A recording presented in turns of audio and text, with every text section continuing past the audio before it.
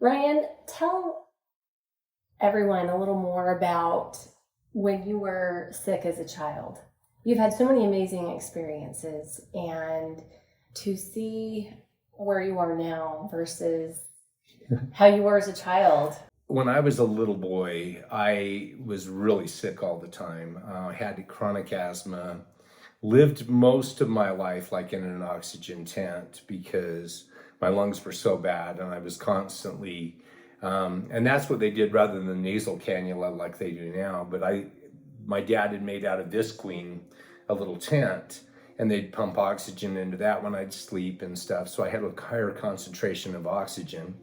I always would get like viral pneumonia, bacterial pneumonia, bronchitis. I was always having respiratory issues. And my brother used to tease me and call me Bubble Boy because back then the movie came out about the boy that had to live in the bubble because his immune system was so bad. And mine wasn't quite that bad, but I was a very sick little child. I didn't really, I think the first time I ever went trick-or-treating was when I was almost 8 years old, because I had been so sick. I'd never been able to do that up to that point. And just mostly stayed in the house. My mom spent hours and hours just patting my back and breaking up the mucus and keeping me alive. Poor mom would spend all night just up with me when I was having one of my asthma attacks and just pounding on me and then using the nebulizer and trying to keep me going. And I remember the pediatrician was one of the amazing, he ended up being the doctor for the AMA journal. He was such a great pediatrician here in Utah. And he told my mom many times, he says, you need to prepare that Ryan's probably not going to make it, that he's probably going to die, and you need to prepare yourself for that. And I remember my mom just begging to the Lord to keep me safe and keep me alive. And my grandpa had given me a blessing, and he said, Ryan, you cannot die. He has such an important mission. And he told that to my mom, and that gave my mom a lot of hope and faith that I would make it through that. That's amazing. To see where you are now, a firefighter, paramedic, and how physically fit you are. So that's... Yeah, I remember when I first became a firefighter and I took this physical agility test, and then I had to go in and have a breathing test, and the respiratory therapist, I was breathing into the mask and they were testing my lungs, and she goes, oh, you scored really well, you have great lungs. And I'm like, yeah, you'd never know that I had really bad asthma. And she's like, oh no, you couldn't have had it that bad. I'm like, yeah, no, I was in an oxygen tent and all this. And she's like, no, you'd have residual, it would show up. I'm like, okay. So it was kind of funny, but yeah, that's how it was when I was a child. That's amazing. So as an adult, you've had many experiences where you could have died, should have died, Right. in accidents and various situations. Tell us about the car crash. So I was in my 20s and I'd gone out to California with my best friend, and we'd ridden out in his car together, and we had stayed with one of our other friends who was a dive master. And I talk a little bit about this in my book. We had a dive trip, and we had gone scuba diving, and I almost died scuba diving too, but we won't talk about that story right now. But after my buddy Mike, who we were staying with in California, he came from a family that had a little bit more money, and his sister had like 5 cars her parents had bought for her, and one of them was a Mustang 5.0 with T-tops. And I thought it was just cool as heck. And he said, hey, my sister's selling this car. And I was like, oh yeah, how much does she want for it? And as soon as I said that, I got this heard this voice in my head, and I was like, I heard it and it said, do not buy that car. And I went, what? That is so weird, why would I feel that way? And he told me about it, and how cool it was, and that it only had 15,000 original miles on it. And it was, this really cool car. So I'm like, yeah, I got the money. I'm going to buy it, and she wanted a low book for it, which was crazy too. So, and they were giving me a good deal on it. And I thought, wow, there's no reason. So later he called up his sister and said, hey, I got a guy that's going to buy the car. And he said, you still want to buy that car? And I said, yeah. And I heard again, even louder this time in my head, do not buy that car. And I was like, whoa, what the heck? Why, and I went through everything like, why should I not buy that car? Again, I pushed it all away and didn't really listen to it. And later, go to her house and I'm getting ready to buy the car and I've written out the check and I go to hand her the check. And even stronger and louder, do not buy that car. And I jerked the check back out of her hands and I was like, and she looked at me like I was crazy, and I was like, eh. And I handed her the check back and the feeling went away. The voice went away. And I was like, oh, good. Got rid of that pesky thing, So I got in the car and we're going to drive from California home. So I'm following my buddy in his car. Mark's driving ahead of me, and I'm following him, and we're leaving LA at like 11 o'clock that night. And we went and got some food, and then we finally got on the road. Made it to Vegas about 3:30 in the morning. And we had been scuba diving and partying and having all kinds of fun. And I was so tired. In Vegas, we pulled off the side of the road, and this was before cell phones. I couldn't just call him. And he was like, hey, I want to go to Wendover to see that girl that we met at the casino. When we had gone out, we went through Wendover and down through Sacramento and had this big trip down the coast. And he was like, I want to go see if I can get her phone number again. And I know she gets off work at this time. And I'm like, oh, dude, I need to sleep. He's like, well, come on, like you can make it. Don't be such a baby. And I'm like, I'm so tired. I can't keep my eyes open. He's like, roll down the window, turn the music up. You can do it. You're not a little baby. And I'm like, oh, okay. So we started heading up I-93 from Vegas, that heads up to Ely, Nevada, and then Elko and up to Wendover. Middle of nowhere. I mean, this is nothing but sagebrush and rabbits out there, And we're heading up I-93. And I remember just struggling to stay awake. And one of the interesting things about this car was it was in pristine condition, except the seatbelt wouldn't connect. So you'd pull the lap belt over and try to stick it in and it just wouldn't connect. So Mike's like, yeah, you can pick one of those up from a junkyard and get that. So I couldn't get it ever to connect. So I wasn't wearing a seatbelt. And I'm cruising along. I got the window down. I'm playing rock music, got it blasting. I'm rocking out. And I'm slapping my face, trying to keep awake. Slap, slap. And, I'm doing pretty good and keeping awake. And I just remember falling asleep with my eyes open. And I zoned out. And then all of a sudden, I'm off the road doing 70 miles an hour. And it's January 1st. There's something special about that day with me. But so I'm January 1st, I'm cruising along through the snow at 70 miles an hour. And then I hit one of those washouts. And just launched the car. Goes up in the air, comes down, lands on the nose, folds the car in half, breaks the seat, shatters the windows, and broke my back. And I'm sitting there in the car and I cannot breathe. And I'm like, and here's the interesting thing. My buddy comes running down the hill. He saw me run off the road. He tries to get me out when my seatbelt's on. And it is jammed in there and will not release now. And I did not put my seatbelt on. It was not on me. But somehow, when I passed out or fell asleep, somebody put that seatbelt on or had me do it while I was asleep. And it worked. And it actually latched this time.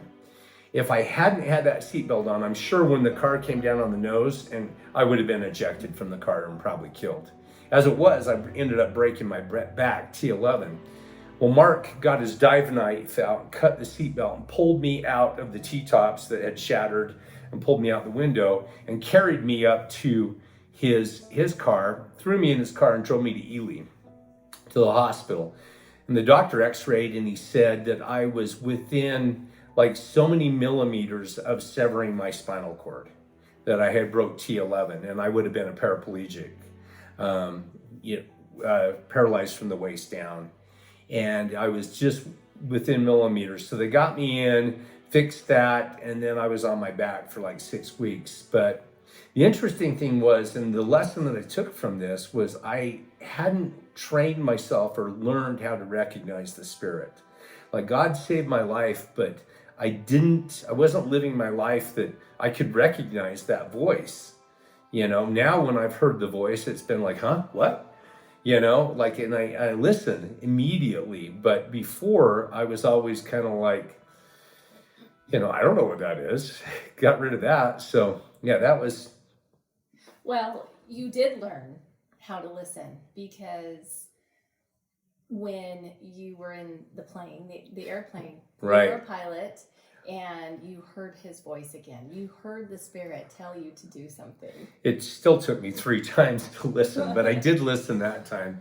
So yeah, I was flying. My dad was an airline pilot, and I'd been flying since I was like 15, 16 years old with him. So I started to get my license, and I was probably about 21 or 22. I had 2 little kids at the time. My oldest, Sean, and then Brandon were in the back of the air. Well, so I'm supposed to do my solo cross country, hence the word solo. I'm getting my pilot's license, but I decide, you know what? Gosh, I've been flying forever, I know what I'm doing. I'm going to take my family with me, and we're going to go down to St. George and see my buddy down there and have a nice little flight down there, a little day trip, and then fly back. So we get in the airplane. I've got my 2 little kids in the airplane with me, a 3-year-old and a 2-year-old. My wife's in with me, and mother of my kids, and we take off. And we fly all the way to St. George, land, absolutely no problems, beautiful day.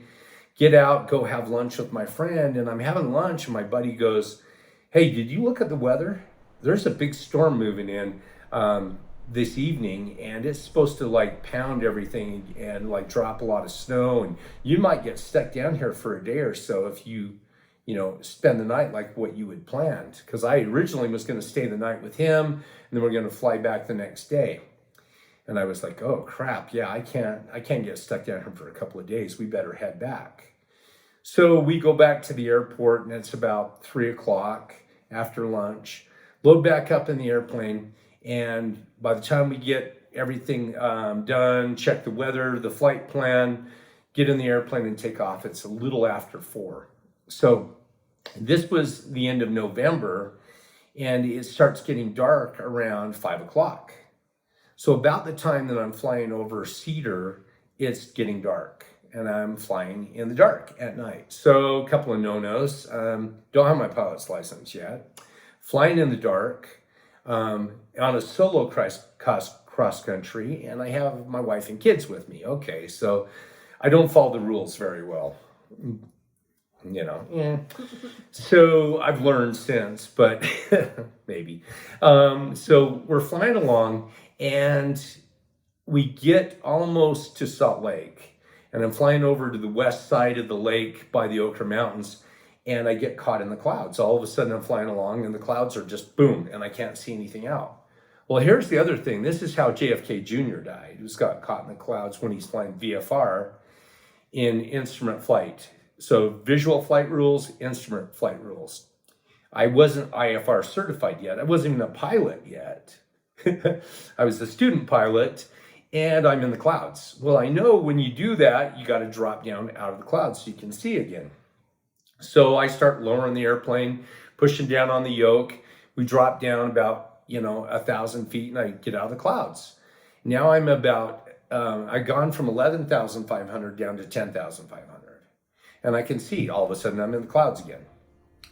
Drop another 1,000 feet. Now I'm at 9,500. I'm getting a little nervous because there's mountains around me, and I'm looking at the map and trying to figure out where the mountains are and everything.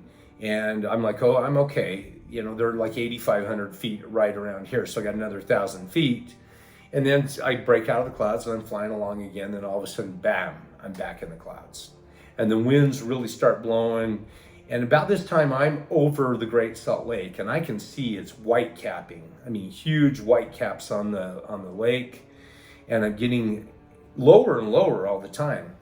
just try to stay out of the clouds. Well, boom, I'm in the clouds again, completely obscured. So I'm trying to lower the plane, and I'm looking outside and I'm staring. And that's one of the things you don't want to do when you're in the clouds. You want to fly by instrument only. Well, I looked down at my instruments and I noticed my artificial horizon that tells you if you're straight and level was canted a little bit this way. So if this wing's high, you turn into it to level it out. Well, I turned it and it got worse. And I'm like, that doesn't make any sense, you know? So I start tapping on the instrument, like, is it broken? Is it stuck?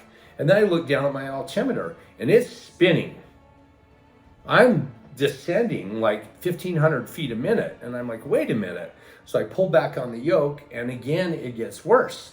Well, none of this is computing in my brain. Like, I'm trying to figure it out and I'm staring and I hear in my head, push down and turn right. And I'm like, that doesn't make any sense. I need to pull up because I'm descending. And again, even louder, push down and turn right. And I'm like, well, I don't understand. Even louder, the third time, push down and turn right. So I pushed down and I turned right and it rolled the airplane over. And just then I break out of the clouds and I'm looking at something I don't even understand. I'm like, what in the heck is that? Well, it's Antelope Island, and it's the mountain right in front of me. And finally I realized, and I pull up on the yoke at that point, and I pulled out of this dive, and I could literally see the rocks, the boulders on the ground. I was probably a second away from hitting the mountain and killing the whole family, ended up in a fireball, right? Well, I do that. My wife wakes up and she's like, what's going on? I'm like, nothing, it's okay. Just correcting the altitude, go back to sleep, everything's fine. And she's like, oh, okay. And I'm like, my heart's just beating and I'm like, oh crap. So I fly back to the airport and get lined up and the wind's blowing so hard. So as I'm flying to the airport, to stay out of the clouds, they were so low, I was probably about 100 feet off the water. 100 to 200 feet, and I'm flying in, and I finally make it to the airport. Back then, it was uncontrolled airspace, and so you turn on the lights by clicking your mic. So I click the mic 3 times, the runway lights up, and I'm coming in to land. And the wind's blowing so hard from my left that I'm canted into the wind. I'm flying sideways, almost straight ahead, so that I could fly straight ahead. So I get down to the runway, and I'm flying like this coming into the runway. So what you do in a crosswind landing is you stomp on opposite rudder and then turn into it. So your wings end up banked and the rudder's turned in so that you can fly, get straighten the nose out. But then you go to land and you touch one wheel down and then you roll it over and you touch the other down. Hadn't done a lot of these crosswind landings. The most I had ever landed in up to that point was probably a 7 or 8 knot crosswind. Well, the wind's blowing probably 30, 40 miles an hour at this point. And I'm trying to fly it in. Well, I get over the runway and I'm coming in like this, and the wind gusts and blows me right off the runway. So I add power and I fly back onto the runway, and I'm lined up again, and another gust hits me and blows me off again. And I'm like, oh crap. And every time like I'd let the power off to try to settle the plane down on the runway, the wind would catch it and just blow me. So I actually had to keep flying, keep power on, and fly into the wind and force the plane onto the ground to get it. And as soon as I got the wheels down, I pulled the power, dropped the flaps, pushed down on it, and I ended up right in the hash marks at the end of the runway. I was almost like off the runway, like another second. So this is like 2 scary things that happened in this flight. My heart's just beating. I taxied back to our hangar, my dad's hangar at the time, and this is my dad's airplane. And I shut the plane down and lost it. Just started crying and shaking. And my wife's like, what the hell's going on? What's wrong with you? And I'm just like, I couldn't even talk. I couldn't function. She ended up having to drag me out of the airplane, and her and the little kids pushed the airplane back in the hangar. And I'm completely worthless. And like it hit me at that point that I almost killed my whole family. And if it wasn't from the grace of God, that I would have died. And that I did learn from that first lesson, and I learned how to listen. So That's amazing. Every time I hear you tell that story, I'm just blown away. Yeah. Even here. Yeah, it was definitely like, the thing was, it scared me so bad. I don't think I flew again for about 10 years. Sure. Like it scared me so bad. So it kind of changed the course. I was flying to become a pilot, but that scared me so bad that I quit. My brother ended up going on and becoming an airline pilot for United. And I got scared of flying. And so I went the fire department route instead. So that little incident not only, and I never really actually realized that till this moment, that little incident not only saved my life, but it also changed the course of it. So I would have been a pilot like my dad and my brother had I not had that experience. But instead, I ended up going into the firefighting, which was actually perfect for where God wanted me to be.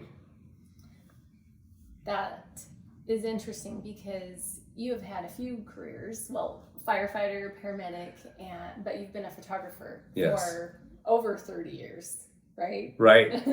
And you have had your photography studio and were very successful and still are. You still are very successful as a photographer. So let's get to your near-death experience. Okay. So I had a photography studio next door to my house, and it was about a 1,500 square foot building, and I'd done a lot of photography over the years. And in fact, for 20 years, that was my main career. I'd quit the fire department and just concentrated on photography.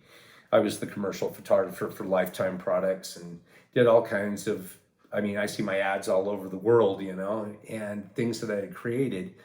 Well, I'm in the studio, and earlier in the day, a little kid with a family group had knocked over one of my lights, and they had broken the light. And I was too busy at the time to take care of it, and I didn't want to embarrass the little kid. And it's okay. And I just pushed it off to the side. Well, we had gone into my theater room, and I had a projector.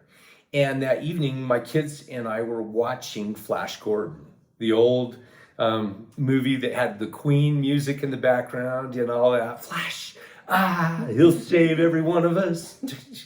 And so I'd seen this movie so many times as a kid, like watched it over and over again. So I was sharing it with my kids, and they're in there watching it. And it was almost to the end. And my wife, we had a new baby at the time. And the baby was acting fussy, so she took it in the house and left me with my two middle kids. My oldest one to spend the night at his friend's house, so it's Brandon and Lucy. And we're watching it, and it's almost over, and I know the ending and know what's going to happen, and I'm thinking about that light I got to go fix. So I go out into my studio, and I start messing with it. Well, I've got this broken light that had fallen and kind of shattered. So I pull it out, and there's wires hanging off. The cord's still plugged in, and got one of those 3-prong connectors that the plug plugs into, and wires coming off. And I'm trying to take it all apart. And I was like, had this feeling of impending doom that hit me. And I was like, you're going to get electrocuted. I'm like, oh, well, I better go unplug it, right? So I went over, and I had a double socket, 4 lights plugged in. Unplugged one, which I thought was the right one, but no, it was the wrong one. Didn't know that at the time. Went back and started working on the light again. So I'm pulling on it, and I can't get a good grip to pull this plastic piece that has these 3 metal prongs. I got the wires off, so now I just have these 3 prongs and the cord connected. So I'm trying to disconnect that part, and I can't get a good grip on it. So I'm a pretty smart guy. I'm like to MacGyver things, as you know, like figure stuff out and, unusual way to do things. So I decide in my brilliance to use my teeth as pliers. Yeah. So I bite down on the cord thinking that it's unplugged. Well, it wasn't. And those 3 metal prongs with 110 volts of electricity goes right into my tongue and into my whole body and my brain. And instantly I'm frozen. I cannot move a muscle. Of course, immediately I'm trying to pull it out. And I'm a pretty strong guy, and I'm pulling with all my strength, and I can't budge this cord. In fact, my muscles are completely locked up. So then I try looking to see if my kids could see, because I can't talk, I can't do anything except do the funky chicken going, And I can't even move my eyes. My eyes are locked on this. And all I can see is me holding the cord and being electrocuted. Well, I'm not worried because God has saved my life many, many times. I mean, in my book, there's probably 10 times that I talk about where God has saved my bacon where I should have died. So I'm not worried about this, right? Like, I got this. God's got this. And I'm just waiting for something to happen, the circuit breaker to pop or the kids to come in and catch me. And as it is, man, I am just being shocked. If you've ever been shocked, it's that bite. Well, I felt that in every cell in my body. And it's like extremely painful. And it's this buzzing that's just going on. And I'm just going, ugh. And I'm hoping something happens. Well, about that time, I could see black smoke billowing out of my mouth. And I knew that wasn't a good sign. You know, your body's not supposed to give off black smoke, right? So I'm like, I'm cooking. Oh my gosh, I'm dead. And it hit me like, this is it. No, I'm dead. And I was like, are you kidding me? This is how I'm going to die? I'm going to get a Darwin Award for stupidity for putting an electrical cord in my mouth. And I'm mad. Like, I'm so mad. I'm like, are you, you know? And like, no, I can't die a hero. When I was a firefighter, had a little boy that was autistic and he lit a fire and we got caught in a flashover, should have died in that, ended up saving his life. No, I can't die a hero, right? God saved me from that. Can't die a hero, can't die in the plane crash, something glamorous, something I love to do. Can't die scuba diving. No, can't die in a car crash or a motorcycle crash or any of the other ways that I've almost died. No, how am I going to die? I'm going to die from stupidity. Oh, you know, and I'm like, just so overcome with how bad this is going to appear and look. Everybody's going to think I'm an idiot. And then I could see this really bright light above me. Now, if you remember, I couldn't even move my eyes to see my kids before. But I looked up into this light and it's just streaming down from the ceiling in these beautiful, beautiful beams of white light. And I'm just struck by it, like in awe. And I remember going up into the light and going through the light. And so I didn't have a tunnel or anything that they talk about. Like, I actually went into the light immediately and went right. And I ended up in this pure white room. And I was all alone in this white room. It was nothing but white all around me. And I was like, oh my gosh, I'm dead. Yes, I am going home to Father. And that's all I could think. And I was so excited. I was like a little kid at Christmas, you know, and your parents say you can get up at 7 o'clock and you're watching the clock at 6:58 and you're watching, click over 6:59. Yes, I can get out of bed, you know. And I was so excited to get up and get out of bed and go meet God. And I was just so excited. And then at that moment, I could see God up above me. And he was this bright, bright light up above the white.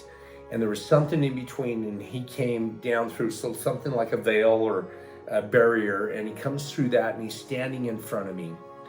And I remember God was big, and he was like 15 feet tall, it seemed like. He was really big.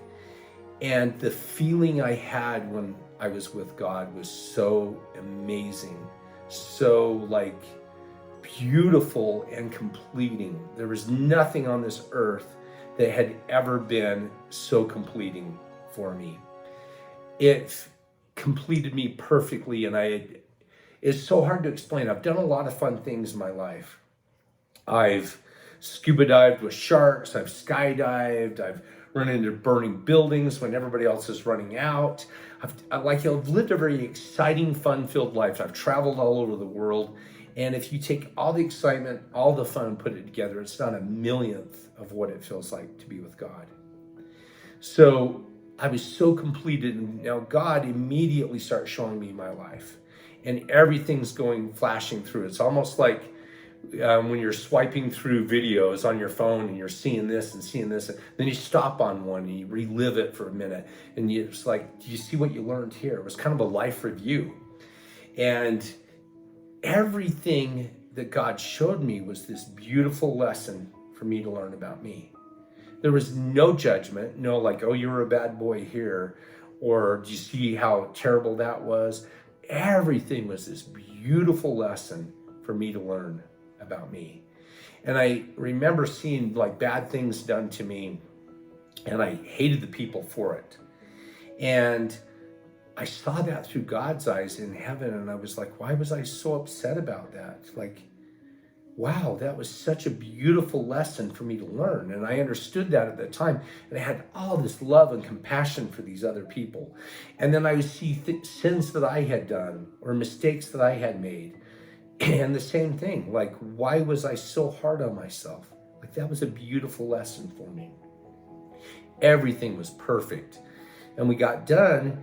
And then God said to me, do you want to come home with me, or do you want to go back to them? And he did this with his hand. His hand was upside down, and he did this. And the floor we were standing on was pure white. And it started to go foggy and then clear, and we're standing in the air. And I'm standing directly about 20 feet above my kids, and we were looking down on them. And I could see them playing. And the movie had just ended. And they were doing little shadow puppets in the projectors, on the projector.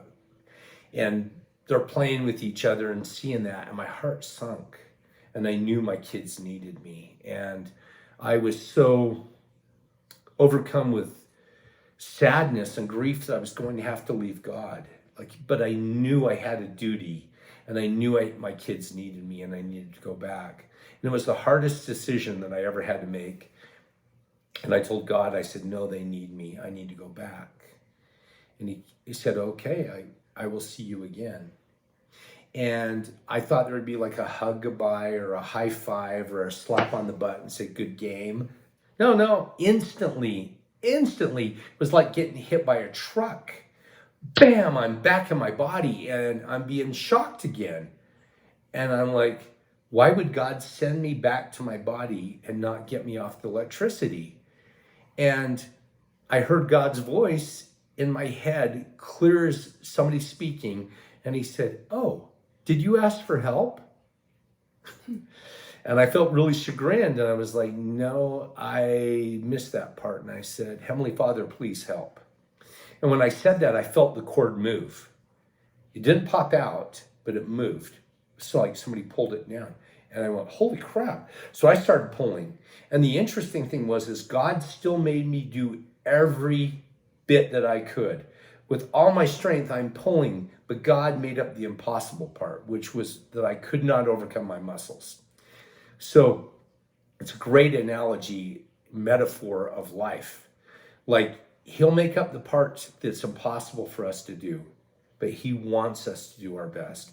He wants us to give everything we've got into that. And that's what he showed me in saving my life.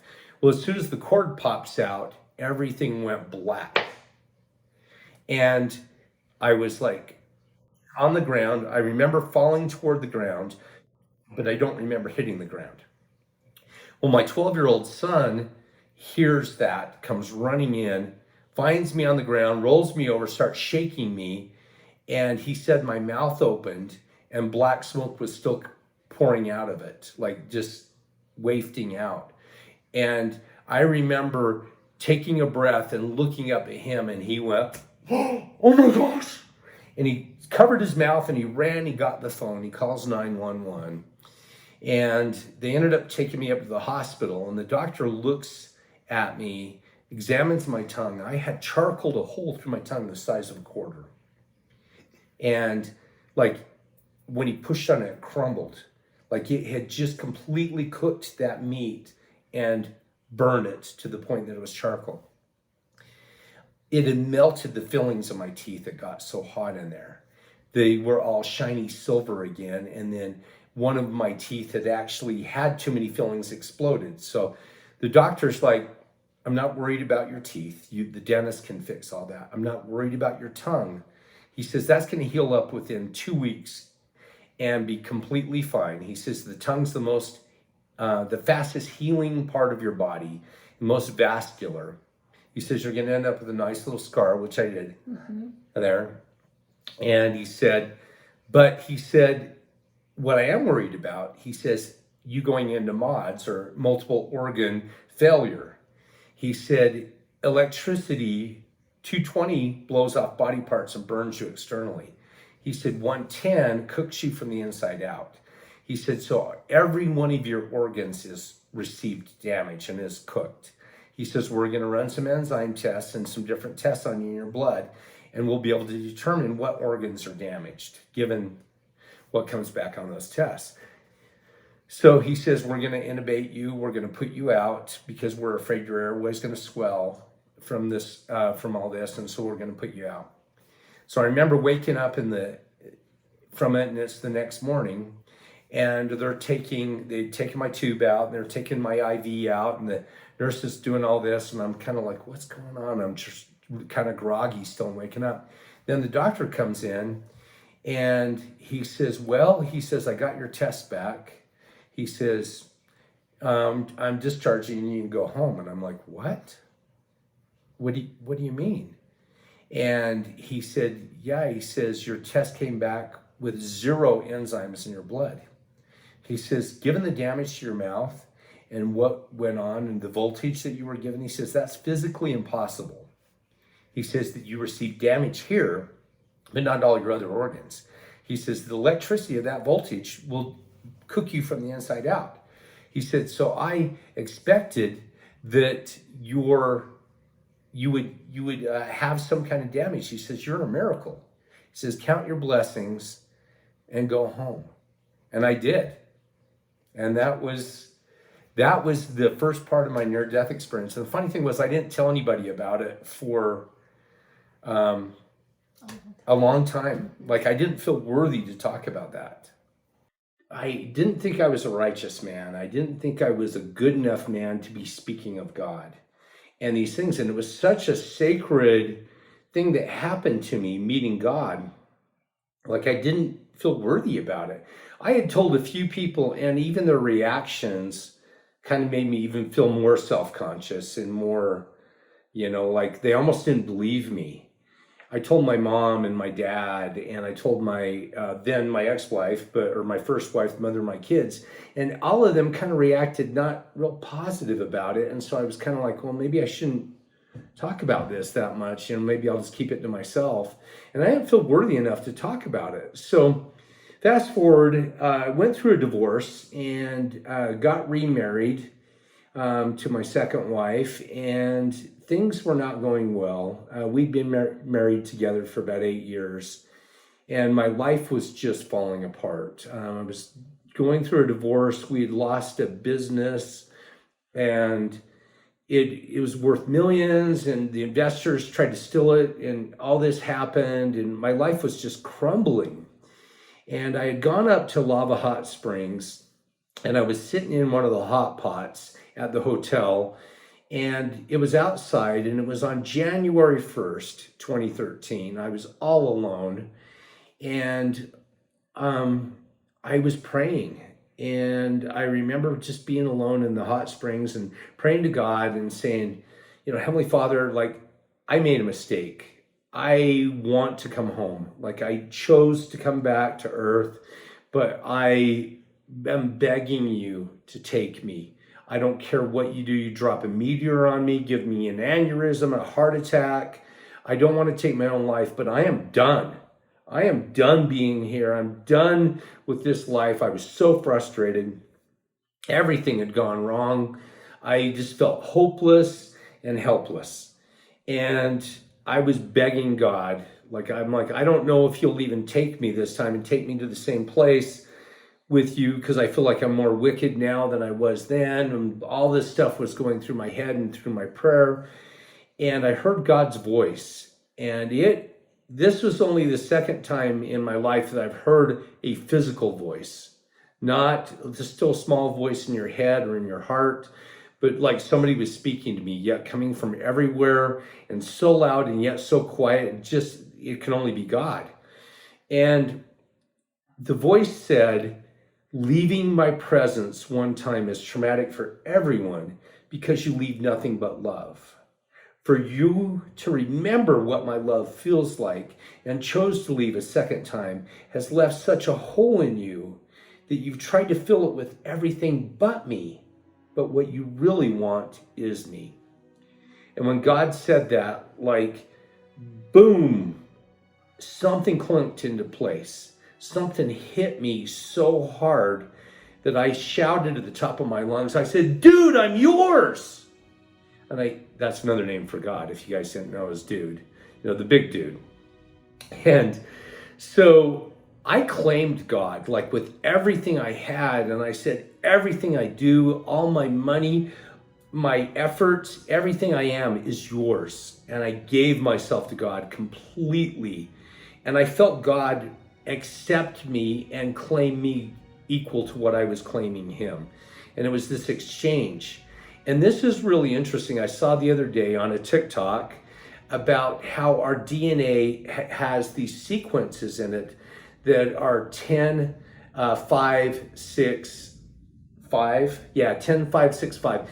And in the Hebrew, the 10th letter of the alphabet is Y, the 5th letter is H, 6th letter is W, and the 5th letter is H. So it spells Yahweh. So God signed our DNA, and it says Yahweh, which is God's name.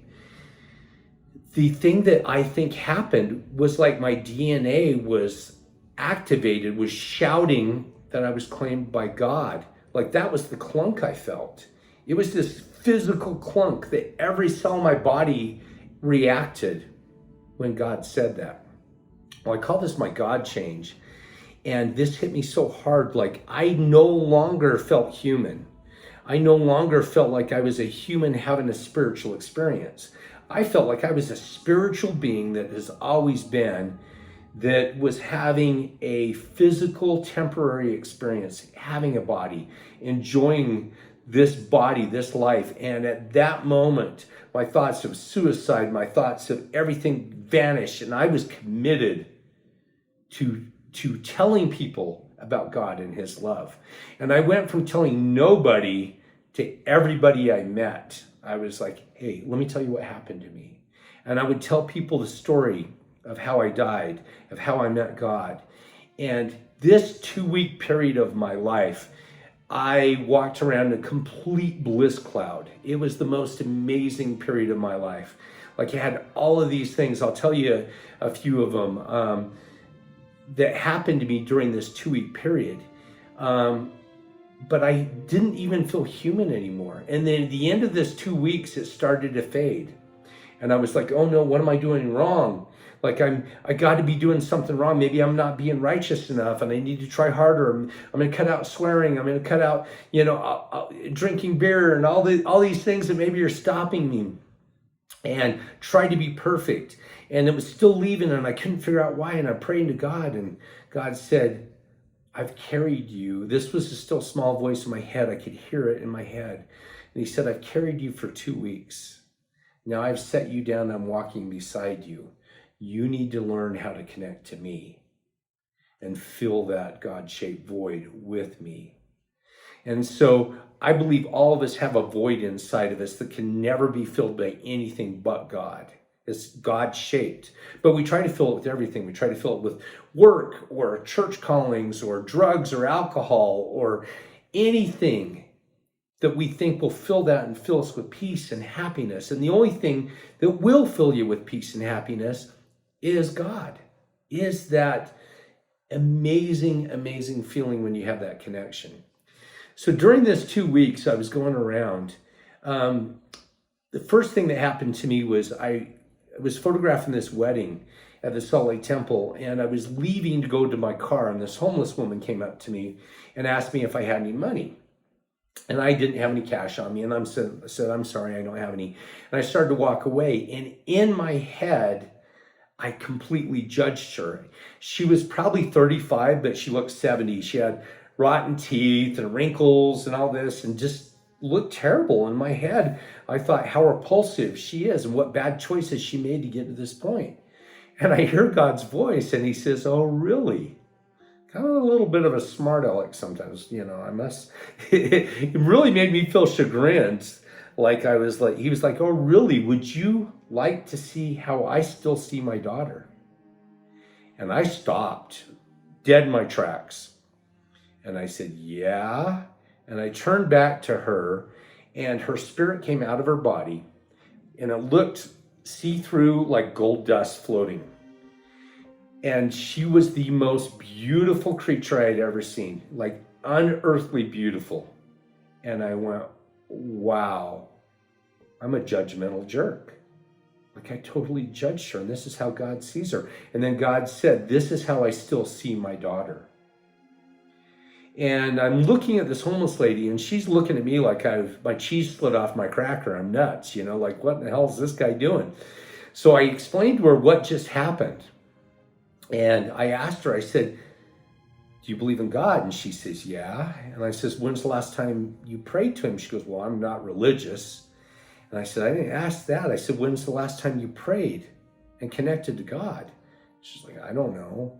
And I said, I challenge you. I says, this is how God feels about you. This is how he sees you. Like it blew me away. This is how he sees you. You need to have a connection with him. You need to develop that again and reach out because Father loves you. And I never saw this person again, but it taught me a couple of things. One, I can never judge anybody, especially by this flesh that we wear or their circumstances. And two, God looks at us like we're perfect. God looks at us like he loves us unconditionally. We forget that. We start thinking we've got to be all this or this or this for God to love us. But no, he loves us unconditionally. He gave us our challenges. So this ties into the next story. I'm at the end of the 2 weeks, I'm trying to be perfect, and I'm failing, and I'm beset by my sins. And I come home one night, and I had just sinned, and I was feeling terrible. And I got on my knees, and I'm begging God, and I'm praying on my knees for 2 hours. I did nothing but pray and pour my heart out to God and beg for forgiveness and tell him how sorry I was. I know I gave myself to you. I know I committed my life to you. And look, as soon as the first opportunity comes along, I sin. And I'm so mad at myself, and I'm beating myself up with the biggest stick I can find, just mental stick. Finally, I get into bed, and I'm exhausted. Like I cannot even continue anymore. I'm so wrung out, like a wrung out dish rag. And my eyes are puffy, and I lay down and I try to go to sleep, and I shut off the light, and I open my eyes and I see this coin, and it's floating. It's about the size of a salad plate, and it's right in front of me, and I'm like, what the hell is this? Am I having a stroke? What's going on? I know, like, I've never done any psychedelic drugs, so I don't think I'm having a flashback, but this is not normal, So I'm putting my hands through it, and it doesn't change. It's still there. And I'm like, what is this? And I heard God's voice, and he says, this is you. And I'm like, yeah, that didn't clear up anything.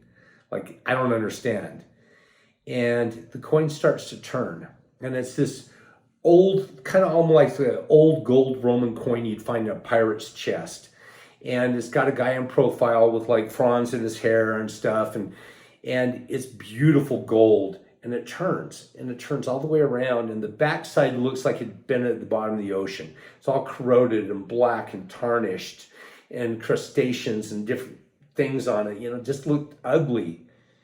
And God said, I love both sides of you the same. And I was like, I'm not sure I understand, but okay. And I went to sleep. And I had been asleep, I don't know how long, and I started to have this dream, this vision that seemed so real. And I dreamed I was in the forest, and I have this huge canvas sack on my back, and I'm carrying it. And I'm trying to make it through the forest. I keep getting caught on the branches and different things. I'm getting my face scratched, and they get caught up, and I remember like jerking the bag and trying to make it through. And I'm making it through these brambles. I look off to the left, and there's a path running along beside me. So I'm trying to make it to that path. And then I see a man come walking up the path, and he has a white robe on, and I can only see from about the waist down. He's got a white robe on, and his legs are bare, and he has sandals on. And I knew instantly who it was. And I dropped to my knees in the middle of where I was at in the forest, and I started to cry. And the Lord came and stood in front of me, and I could see the wounds at his feet. And I couldn't look him in the face. I was only looking at his feet. And he said, "Give me your burden."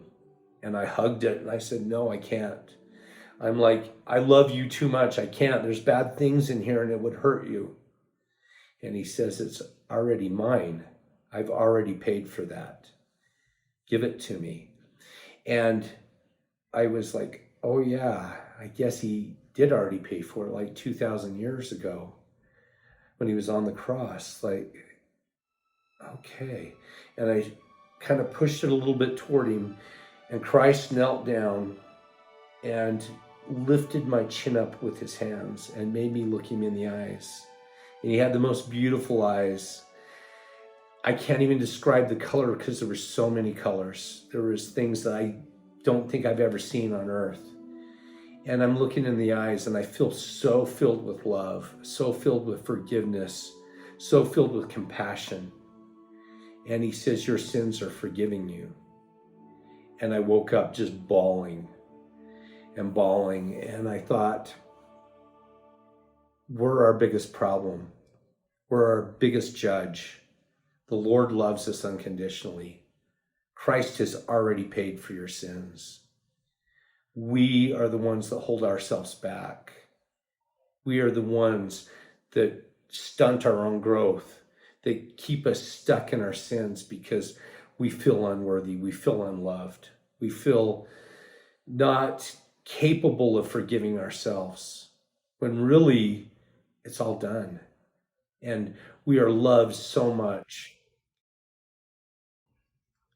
During this time, I had an angel visit me and tell me to write my book. And this angel told me and showed me who I was before I came to this earth, that I was a warrior for Christ, that I was an angel that was a protector, that I was an angel that was a warrior.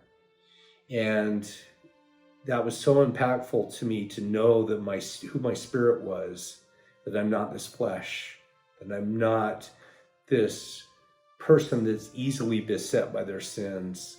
I'm the spirit that lives within, that loves God with every part of me. I am not my mistakes. I'm not my successes. My spirit isn't a firefighter. My spirit isn't a photographer. My spirit is a warrior for Christ. My spirit testifies of God, testifies of God's love for you unconditionally, that you are enough, that you're perfect just where you're at, that everything that's happened to you at this point in your life was absolutely perfect for your learning, and that God just wants a relationship with you. That's what he's shown me time after time through all these things that have happened. I testify to you that if you reach out to God, that he will show you his love. It may be through another person. It may be through miracles in your life, but God does love you. And he does love you exactly how you are. He doesn't judge you for all the mistakes you've made. They've already been paid for. So. Thank you, Ryan. Thank you for sharing your amazing, beautiful stories with all of us.